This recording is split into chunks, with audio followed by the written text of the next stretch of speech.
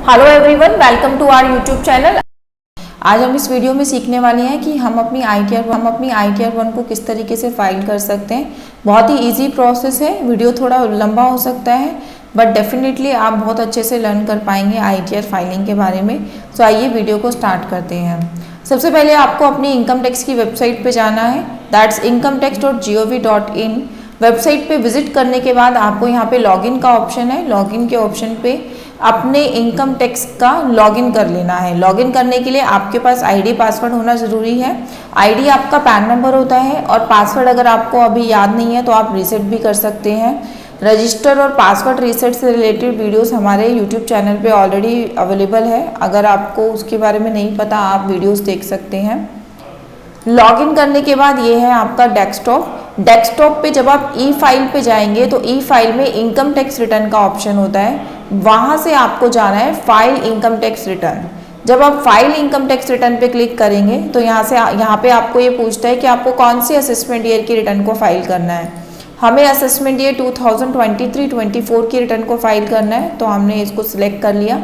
अब ये आपसे पूछता है कि आप रिटर्न फाइल कैसे करना चाहते हैं, ऑनलाइन या ऑफलाइन।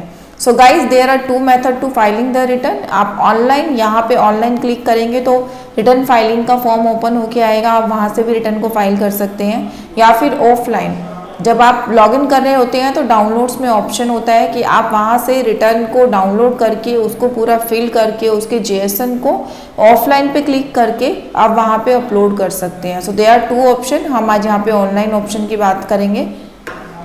तो हमने यहाँ पे ऑनलाइन पे क्लिक कर लिया, देन कंटिन्यू करने के बाद अब आपसे ये पूछ रहे हैं कि आप कोई fresh income tax return file करना चाहते हैं या हम फ्रेश करना चाहते हैं। अगर पहले से हो सकता है कि आप रिटर्न बना रहे हो, आपकी रिटर्न बीच में रह गई हो, तो वो रिटर्न ड्राफ्ट में जाके सेव हो जाती है। आप उसी रिटर्न पे दोबारा काम भी स्टार्ट कर सकते हैं। तो उसी रिटर्न पे अगर आप दोबारा काम करते हैं तो आपको रिज्यूम फाइलिंग पे क्लिक करना है। और अगर आप एक फ्रेश रिटर्न फाइल करने जा रहे हैं तो आप यहाँ पे करेंगे स्टार्ट न्यू फाइलिंग। जब आप स्टार्ट न्यू फाइलिंग पे क्लिक करेंगे तो ये आपसे पूछता है कि आपको किसकी रिटर्न फाइल करनी है, इंडिविजुअल, HUF या अदर्स। तो आपको इंडिविजुअल पे क्लिक करना है, देन कंटिन्यू करने के बाद वो आपसे पूछ रहा है कि आपको कौन सी ITR फाइल करनी है, ITR 1, 2, 3, 4। There are 4 types of ITR available on online mode, otherwise 7 types of ITR होती हैं। हम आज ITR 1 की बात कर रहे हैं, तो आपको ITR 1 पे क्लिक करना है। जैसे ही आप ITR 1 पे क्लिक करेंगे नीचे आपको गाइडलाइन मिल जाएगी कि आप ITR 1 कब सिलेक्ट कर सकते हैं। सिलेक्शन के बाद आप जरूर ये चेक कर लीजिए कि आप ITR 1 फाइल कर भी सकते हैं या नहीं कर सकते, बिकॉज अगर आपकी नेचर ऑफ इनकम दूसरी होगी तो आपके लिए ITR 1 सेटिस्फैक्ट्री नहीं है, आपको दूसरी ITR बननी होगी। तो हमने यहाँ पे सिलेक्ट कर लिया है ITR 1, then proceed with ITR 1। जैसे ही आपने ITR 1 पे प्रोसीड करा तो देयर आर 3 स्टेप्स। रिटर्न को फाइल करने के लिए आपको 3 स्टेप्स कंप्लीट करने होंगे, यहाँ पे इन्होंने मेंशन करे हैं। Let's get started. अब आपकी रिटर्न फाइलिंग स्टार्ट हो चुकी है। अब आपसे सबसे पहला ये क्वेश्चन पूछा जा रहा है कि आप अपने इनकम टैक्स की रिटर्न फाइल क्यों कर रहे हैं। There are 3 option. हमें फर्स्ट ऑप्शन पे क्लिक करना है कि हम अपनी इनकम टैक्स की रिटर्न इसीलिए फाइल कर रहे हैं क्योंकि जो टैक्सेबल इनकम है वो बेसिक एग्जेम्पशन लिमिट से ज़्यादा है। हमने फर्स्ट पे क्लिक किया। So there are 5 heads provided in this return. We have to fill all these heads, then only we can proceed. So सबसे पहले हमें अपनी पर्सनल इन्फॉर्मेशन फिल करनी है। पर्सनल इन्फॉर्मेशन पे जैसे ही आप क्लिक करेंगे तो आपको जो भी आपका नाम, पैन नंबर, फ़ोन नंबर सब कुछ आपको यहाँ पे ऑटो फिल मिलेगा। ये सारी इन्फॉर्मेशन जो है आपकी लास्ट ईयर की रिटर्न से या फिर आपकी AIS, TIS 26 ईयर्स या जो आपने रजिस्ट्रेशन बनाते समय अपनी डिटेल डाली थी इनकम टैक्स के सॉफ्टवेयर में, ये सारी डिटेल वहाँ से पिक हो जाती है। अब ये आपसे पूछ रहे हैं कि आपकी नेचर ऑफ एम्प्लॉयमेंट क्या है। ITR 1 सैलरीड क्लास के लिए होती है, तो यहाँ पे आपको अपना डालना है कि आप जो है प्राइवेट एम्प्लॉई है, गवर्नमेंट एम्प्लॉई है। अगर आप पेंशनर हैं तो स्टेट गवर्नमेंट के अंदर आते हैं, सेंट्रल गवर्नमेंट के अंदर आते हैं, उसके अकॉर्डिंग आपको यहाँ पे अपनी फील्ड को सिलेक्ट करना है। देन आपको बताना है कि आप अपनी रिटर्न जो है क्यों फाइल कर रहे हैं, कौन से सेक्शन में फाइल कर रहे हैं। अभी जो है 31 जुलाई आया नहीं है तो सबकी रिटर्न जो है 139(1) सेक्शन में फाइल होगी before the return filing date. तो आपको 139(1) को सिलेक्ट करना है। नेक्स्ट ऑप्शन देखिए अभी एक्टिव नहीं है। रीज़न भी, अगर आपको कोई नोटिस आया है, नोटिस के अगेंस्ट अगर आप अपने रिटर्न फाइल कर रहे हैं तो आपको जो है यहाँ पर नेक्स्ट ऑप्शन पे क्लिक करना होता है। देन आपसे ये पूछता है कि are you opting for new tax regime. अगर आप न्यू टैक्स रेजिम के अंदर अपनी रिटर्न फाइल करने जा रहे हैं तो आपको येस करना है, अदरवाइज आपको नो करना है। हमारे केस में हम ओल्ड टैक्स रेजिम को ऑप्ट कर रहे हैं तो हमने यहाँ पे नो पे क्लिक किया है। आफ्टर दैट आपको जो है अपनी बैंक की डिटेल्स प्रोवाइड करानी है। मेरा जो है सिर्फ एक ही बैंक है तो मैंने एक बैंक की डिटेल दे दी है। अगर आपके एक से ज़्यादा बैंक्स हैं और यहाँ पर वो सारे बैंक्स प्रॉपर नहीं आ रहे हैं तो आप ऐड अंदर में जाके अपने बैंक को ऐड कर सकते हैं। अगर आपको बैंक को ही हटाना है, डिलीट करना है तो वो भी आप जो है इन 3 इस पर क्लिक करेंगे तो डिलीट का ऑप्शन आ जाएगा। आप उस पर्टिकुलर बैंक को यहाँ से डिलीट भी कर सकते हैं। अगर ये सारी इन्फॉर्मेशन फिल हो जाती है तो आपको कंफर्म पे क्लिक करना है। कंफर्म पे क्लिक करने के बाद जो नेक्स्ट है आपसे पूछा जाएगा कि आपकी ग्रॉस टोटल इनकम कितनी है। ग्रॉस टोटल इनकम पे जब आप क्लिक करेंगे तो आपसे यहाँ पर 4 हेड्स ऑफ इनकम पूछी जाएंगी कि आपकी सैलरी की इनकम डालिए, आप हाउस प्रॉपर्टी की इनकम डालिए, एग्जाम्प्ट इनकम डालिए, इनकम फ्रॉम अदर सोर्स डालिए। तो ये सारी इन्फॉर्मेशन आपको ग्रॉस टोटल इनकम में डाल देनी है। सबसे पहले सैलरी की इनकम के लिए इसने आपसे पूछा है कि अगर आपको कोई सैलरी की एग्जाम्पशन मिली है तो आप यहाँ पे उसको डाल दीजिए। सैलरी की एग्जाम्पशन को चेक करने के लिए अब आपको अपना फॉर्म 16 चेक करना है। फॉर्म 16 ये है हमारा फॉर्म 16। फॉर्म 16 में देखिए अगर मैं अपनी सैलरी की डिटेल को चेक करती हूँ तो मेरे को सैलरी मिली है अंडर सेक्शन 17(1). उसके बाद कोई भी ऐसी रिबेट या ऐसा अलाउंस, ऐसी एग्जाम्पशन नहीं है जो मेरे को मिली हो। हर जगह 0 आ रहा है। सिर्फ एक स्टैंडर्ड डिडक्शन मेरे को मिल रहा है 50,000 का। तो इसीलिए मैं अपने रिटर्न में जाकर इन सब के आगे जो है नो कर दूंगी। मेरे को कोई भी एग्जाम्पशन जो है नहीं मिली है। अगर आपको कोई एग्जाम्पशन मिली है तो आपको जो है येस करके उस अमाउंट को वहाँ पे डाल देना है। मेरे केस में सारी एग्जाम्पशन नो है तो मैंने कंटिन्यू कर दिया।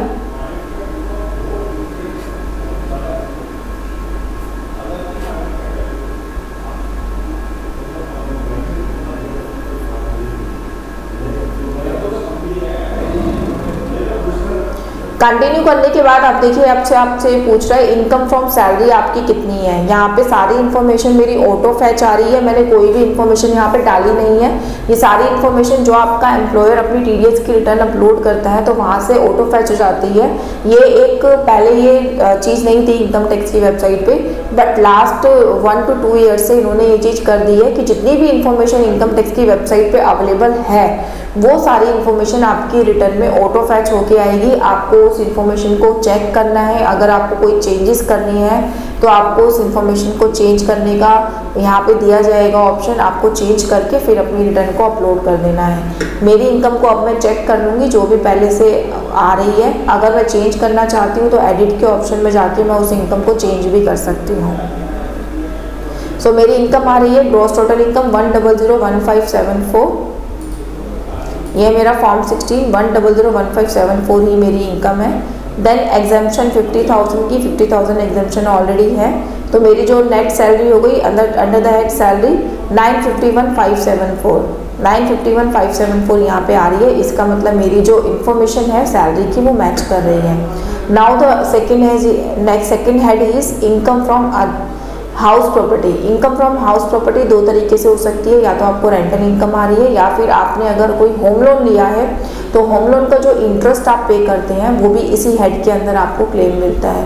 वो आप किस तरीके से डालेंगे, यहाँ पे आप जब ऐड में जाएंगे तो ये देखिए आपसे टाइप ऑफ हाउस प्रॉपर्टी पूछ रहा है। अगर आपकी जो है रेंटल इनकम आ रही है तो आपको सेल्फ लेट आउट पे क्लिक करना है। अगर आपकी कोई होम लोन का इंटरेस्ट है तो आपको सेल्फ ऑक्यूपाइड पे क्लिक करना है। मेरे केस में ना तो कोई इंटरेस्ट है और ना ही कोई मेरी रेंटल इनकम है तो इसलिए मैं यहाँ पे क्लिक नहीं कर रही हूँ। लेकिन अगर आपकी कोई हाउस प्रॉपर्टी पे लोन है, उस पर आपने कोई इंटरेस्ट पे किया है तो उसके लिए आप सेल्फ ऑक्यूपाइड पे क्लिक करिएगा। सेल्फ ऑक्यूपाइड पे जैसे ही आप क्लिक करेंगे आपको ऑप्शन दिया जाएगा इंटरेस्ट का अमाउंट डालने का। Interest payable on borrowed capital, यहाँ पे आप वो इंटरेस्ट का अमाउंट डाल सकते हैं। फिर जब आप ऐड करेंगे तो ये इनकम आपकी जो है ऐड हो जाएगी। हमारे केस में ऐसी कोई इनकम नहीं है इसलिए हम कैंसिल कर देते हैं।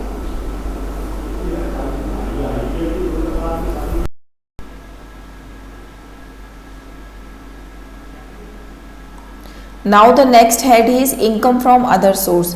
इनकम फ्रॉम अदर सोर्स को अगर आप ऐड करना चाहते हैं तो इसमें क्या क्या इंक्लूड होता है। अगर आपको सेविंग का इंटरेस्ट मिल रहा है, एफडी का इंटरेस्ट आ रहा है या पोस्ट ऑफिस से इंटरेस्ट आ रहा है, आपको कोई इनकम टैक्स के रिफंड पे इंटरेस्ट आ रहा है, अगर आपने प्रोविडेंट फंड में कंट्रीब्यूशन किया हुआ है तो उसके ऊपर जो इंटरेस्ट अर्न हो रहा है, पीपीएफ, ईपीएफ, ठीक है, जितने भी इस तरीके की अदर इनकम्स हैं जो और किसी हेड में नहीं आती, वो इनकम फ्रॉम अदर सोर्स में आती है।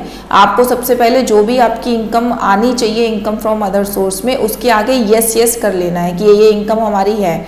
जैसे ही आप यस यहाँ पे कर लेंगे तो अंदर जाके फॉर्म में आपको सिर्फ उतनी ही इनकम डिस्क्लोज होगी और कोई इनकम वहाँ पे डिस्क्लोज नहीं होगी। इस सेक्शन को फिल करने के लिए आपको एक बार अपना फॉर्म 26AS, EAS, TAS ये तीनों फॉर्म एक बार चेक कर लेने हैं कि उसमें कोई इंटरेस्ट इनकम तो नहीं आ रही जो आपकी नॉलेज में नहीं है। तो ये हमारा 26AS में सिर्फ हमारा जो सैलरी है, सैलरी डिस्क्लोज हो रखा है, इसके अलावा कोई और इनकम इसमें नहीं आ रहा है। देन दिस इज आर TIS में भी सिर्फ हमारा सैलरी इनकम आ रहा है और कोई इंटरेस्ट इनकम नहीं है। दिस इज आर AIS में भी देखिए सिर्फ सैलरी इनकम है, इसके अलावा हमारे केस में और कुछ नहीं है। तो इसका मतलब मेरा कोई इंटरेस्ट नहीं है जो मुझे वहाँ पे डिस्क्लोज करना है। ऐसा नहीं है कि अगर आपका यहाँ पर इंटरेस्ट नहीं आ रहा तो इसका मतलब आपका इंटरेस्ट है ही नहीं। अगर आपको लगता है कि नहीं आपका बैंक इंटरेस्ट है तो आपको अपनी पासबुक चेक करनी है, अपना वो इंटरेस्ट कैलकुलेट करना है कि कितना आपको सेविंग बैंक पे इंटरेस्ट रिसीव हुआ है। फिर उसके अकॉर्डिंग यहाँ पे जब आप उस पॉइंट को सिलेक्ट करेंगे, यस करेंगे, तो अंदर जाके आपको अमाउंट डालने की ऑप्शन मिल जाएगी, या यहाँ पर भी आप अमाउंट डाल सकते हैं। तो उतना अमाउंट आपको यहाँ पे डाल के यहाँ से कंटिन्यू कर लेना है। तो हमारे केस में कोई इंटरेस्ट नहीं है तो इसलिए हमने नो कर दिया। देन कंटिन्यू करने के बाद अब आप देखिए जो हमारा ग्रॉस टोटल इनकम था उसमें हमने इनकम फ्रॉम सैलरी डाल दिया, इनकम फ्रॉम अदर सोर्स डाल दिया, हाउस प्रॉपर्टी डाल दिया। Now the next is exempt income. अगर आपकी किसी भी तरीके की एग्जेम्प्ट इनकम है, जैसे कि एग्रीकल्चर इनकम हो गया या फिर पीपीएफ का इंटरेस्ट हो गया जो कि एग्जेम्प्ट होता है, या और भी किसी तरीके की आपकी एग्जेम्प्ट इनकम है जिसके ऊपर टैक्स नहीं लगता, जैसे कई बार आप अपना इंश्योरेंस आपको मिलता है, इंश्योरेंस क्लेम मिल जाता है तो उसके ऊपर भी टैक्स नहीं लगता। देयर आर फ्यू सिचुएशंस जब लगता है, कंडीशंस अप्लाइड, तो उस केस में आप एग्जेम्प्ट इनकम में ऐड अनदर में जाके अपनी इनकम को ऐड कर सकते हैं। सो हमारे केस में कोई एग्जेम्प्ट इनकम नहीं है तो इसलिए हम इसको फिल नहीं कर रहे हैं। तो हमारी जो ग्रॉस टोटल इनकम है वो हम डाल चुके हैं। देन कन्फर्म करने के बाद अब आप देखिए आप दो फील्ड भर चुके हैं, personal information and gross total income. Now the turn is total deduction. अब आपको डालनी है अपनी टोटल डिडक्शन। टोटल डिडक्शन को डालने के लिए आपके पास आपका फॉर्म 16 होना चाहिए कि आपके एम्प्लॉयर ने कौन कौन सी डिडक्शंस आपको दी हैं। अपार्ट फ्रॉम दिस अगर आपको लगता है कि कुछ डिडक्शंस ऐसी थी जो आप एम्प्लॉयर को इंटीमेट करना भूल गए उस टाइम पर, आपने एम्प्लॉयर को बताया नहीं कि इस तरीके की डिडक्शन और भी है, तो आप यहाँ पर अपने रिटर्न में उसको क्लेम कर सकते हैं। अभी आपसे पूछ रहा है कि आपने कोई डोनेशन पे करी है जिसका आप डिडक्शन लेना चाहते हैं, या फिर साइंटिफिक रिसर्च में आपने पेमेंट करी है, 80GG home rent, house rent अगर आप पे करते हैं तो उसकी डिडक्शन के लिए है, 80C की डिडक्शन। 80C की डिडक्शन सब लोगों की होती है तो ये इंपॉर्टेंट है बहुत ज़्यादा, इस पर आप यस करके चलिए।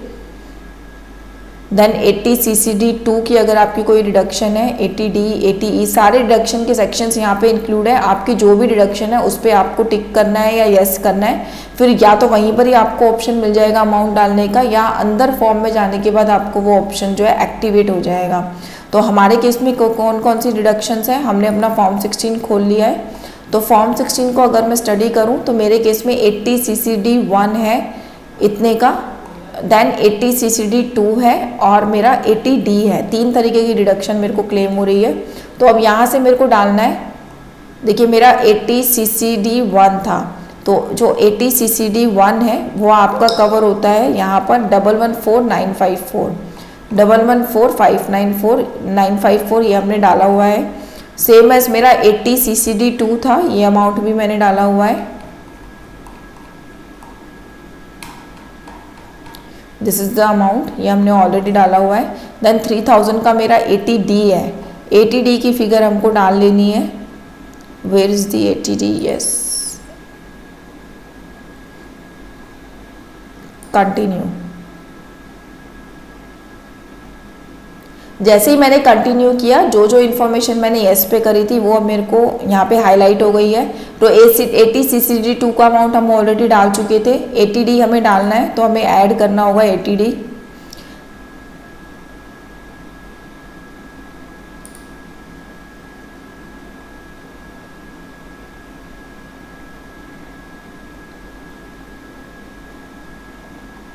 एटीडी ऐड करने से पहले अभी आपसे पूछ रहा है कि आप जो ये इंश्योरेंस क्लेम ले रहे हैं वो किसके लिए ले रहे हैं, अपने लिए ले रहे हैं या अपने पेरेंट्स के लिए ले रहे हैं।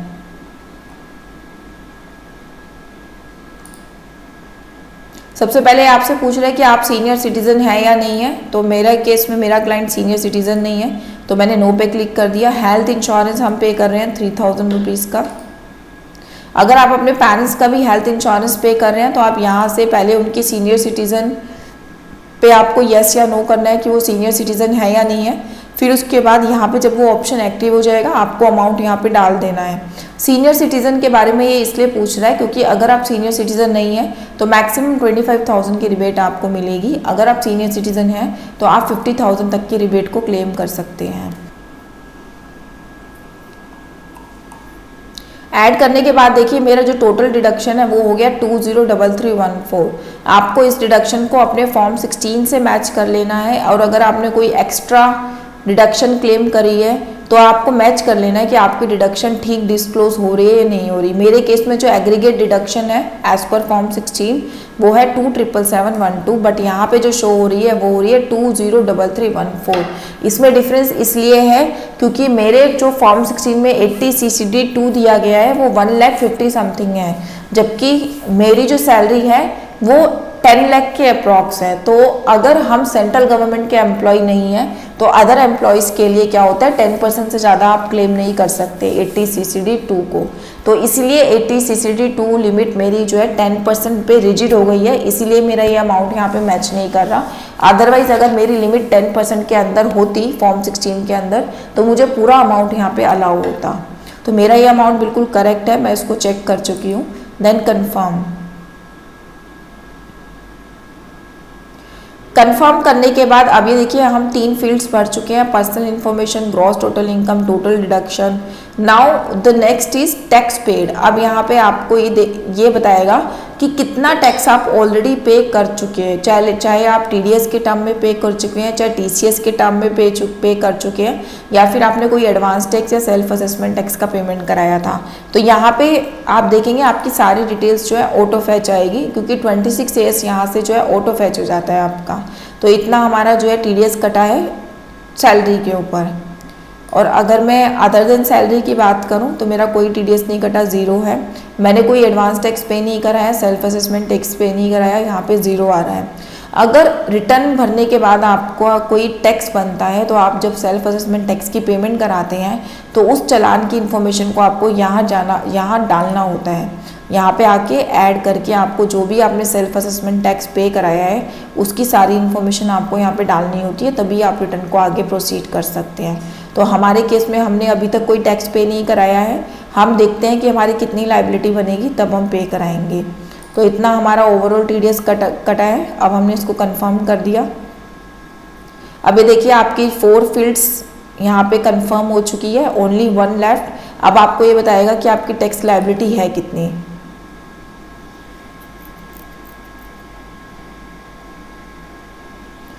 ये देखिए मेरा जो टैक्स बन रहा है, अब टोटल टैक्स लायबिलिटी मेरी बन रही है 64,638 की, बट जो मेरा ऑलरेडी टैक्स कटा हुआ है दैट इज 64,638 की मेरी टैक्स लायबिलिटी बन रही है। उसके ऊपर इंटरेस्ट लग गया मेरा 462 का, 234 B और C का इंटरेस्ट मेरा लग रहा है। 234 B और C किस चीज़ का होता है कि अगर मेरा एडवांस टैक्स पे करना था मुझे और मैंने पे नहीं किया, या फिर जितनी इंस्टॉलमेंट में पे करना चाहिए था उतना परसेंटेज में या उतनी इंस्टॉलमेंट में अगर मैं पे नहीं कर रही हूँ तो मेरे को इंटरेस्ट पे करना पड़ेगा 234 B एंड C का। तो मेरे केस में उतना इंटरेस्ट लग रहा है क्योंकि मेरा जो टैक्स ड्यू है वो 20,000 के अप्रॉक्स है। मैंने सिर्फ 48,000 पे कराया हुआ है और लायबिलिटी मेरी बन रही है 64,000 की। तो यहाँ से आपको कंफर्म कर लेना है। कंफर्म करने के बाद देखिए अब आपका ये सारा भर गया। अब ये आपको बताएगा कि आपको कितना टैक्स और पे करना है। इन माय केस मुझे और जो टैक्स पे करना है वो पे करना है 16,710। तो 16,710 की अब यहाँ पे मैं पहले पेमेंट करूँगी, उसी के बाद मैं अपनी रिटर्न को अपलोड कर पाऊँगी। अब आपको यहाँ से पेमेंट कैसे करनी है, यहाँ पे डायरेक्ट ऑप्शन है। जब आप पे नाउ पे क्लिक करेंगे तो ये आपको इनकम टैक्स की वेबसाइट पे रूट कर देगा। जैसे ही मैंने पे नाउ पे क्लिक किया कंटिन्यू पे जब मैं क्लिक करूँगी तो आपका जो है इनकम टैक्स की वेबसाइट आ जाएगी। ये है हमारी इनकम टैक्स की वेबसाइट। यहाँ पे जो ई पे टैक्स है ना, यहाँ पे ये आपको रूट कर देगा जैसे ही आप वहाँ पे कंटिन्यू क्लिक करेंगे। आपको अपना पैन नंबर डालना है, दोबारा वही पैन नंबर डालना है जिसकी आप पेमेंट करने जा रहे हैं, मोबाइल नंबर डालना है। जब आप कंटिन्यू करेंगे तो आपके पास एक OTP आएगा, वो आपको OTP यहाँ पे डालना है। फिर आपसे ये पूछेगा कि आप कितना टैक्स पे कर रहे हैं, कौन से सेक्शन के अंदर टैक्स पे कर रहे हैं। तो अगर आप रिटर्न फाइल करते समय रिटर्न टैक्स की पेमेंट करते हैं तो उसको सेल्फ असेसमेंट टैक्स के अंदर आपको डालना होता है। तो मैं सेल्फ असेसमेंट टैक्स सेलेक्ट करूँगी और फिर आगे अपनी पेमेंट को जो भी मेरा सिलेक्शन है, मैं नेट बैंकिंग से करना चाहती हूँ, डेबिट कार्ड से करना चाहती हूँ, उसके अकॉर्डिंग बैंक सेलेक्ट करके मैं पेमेंट कर दूँगी। पेमेंट करने के बाद आप वो चालान डाउनलोड करेंगे। चालान को डाउनलोड करने के बाद आपको दोबारा उस चालान को, जहाँ पे मैंने बताया था, आपको वहाँ जाके उस चालान को डालना है। यहाँ पे अगर मैं जाऊँ,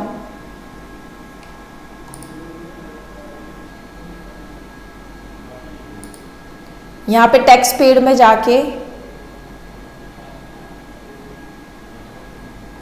मेरे को अपना चालान ऐड कर लेना है। यहाँ पे चालान ऐड करने के लिए आपसे आपका BSR code, serial number, date of deposit मांगता है, वो सब डालेंगे तो आप यहाँ पे अपना चालान ऐड कर पाएंगे। चालान ऐड करने के बाद आपको कंटिन्यू पे क्लिक करना है। यहाँ पे आप कंटिन्यू पे क्लिक करेंगे, कंफर्म करेंगे। कंफर्म करने के बाद आप जो है आगे जब कंटिन्यू करेंगे तो एक रिटर्न समरी आपको देखने को मिलेगी। उस रिटर्न समरी को आप जब एक बार पूरा एनालाइज कर लेंगे कि सब कुछ ठीक है तो आप अपनी रिटर्न का वहाँ से JSN डाउनलोड करने का ऑप्शन आता है। पहले आपको वैलिडेट करनी है, अगर कोई एरर होगा तो उसी वक्त आपको पता लग जाएगा, आप उस एरर को ठीक कर सकते हैं। फिर उसके बाद आपको वैलिडेट करने के बाद अपने रिटर्न का JSN डाउनलोड का ऑप्शन आएगा, आपको वो JSN फाइल डाउनलोड कर लेनी है। अगर आप ऑफलाइन यूज़ कर रहे हैं तो आपको JSN फाइल डाउनलोड करनी है। ये तो यहीं से आपको कंटिन्यू फॉर टैक्स फाइलिंग का ऑप्शन आ जाएगा, वहाँ से अपनी रिटर्न को जो है टैक्स फाइल के लिए कंटिन्यू कर सकते हैं। फिर आपके पास एक रिटर्न को वेरीफाई करने के लिए एक OTP आएगा, उस OTP को डालेंगे जब आप, तो आपकी रिटर्न जो है वेरीफाई भी हो जाएगी। तो ये था आपका सिंपल सा प्रोसीजर कि किस तरीके से आप अपनी रिटर्न को फाइल कर सकते हैं। ITR 1 आप किस तरीके से फाइल कर सकते हैं। अगर आप इसी को ही सेक्शन वाइज समझना चाहते हैं, डिटेल्ड वीडियो अगर आप हमारा देखना चाहते हैं तो हमारा वेबिनार है, पूरे 2 घंटे का वेबिनार है। 2 घंटे के वेबिनार के साथ साथ हमने जो है रिकॉर्डेड वीडियोस भी उसमें प्रोवाइड करी हैं। सेक्शन वाइज कंटेंट हमने आपको दिया है, written content plus recorded videos. तो आप हमारा वेबिनार अवेल कर सकते हैं हमारी इनकम टैक्स की वेबसाइट पे जाकर। आपको जो वेबसाइट है हमारी और वेबिनार का लिंक इस वीडियो के डिस्क्रिप्शन बॉक्स में मिल जाएगा, आप वहाँ से वो देख सकते हैं। Thank you so much for watching this video.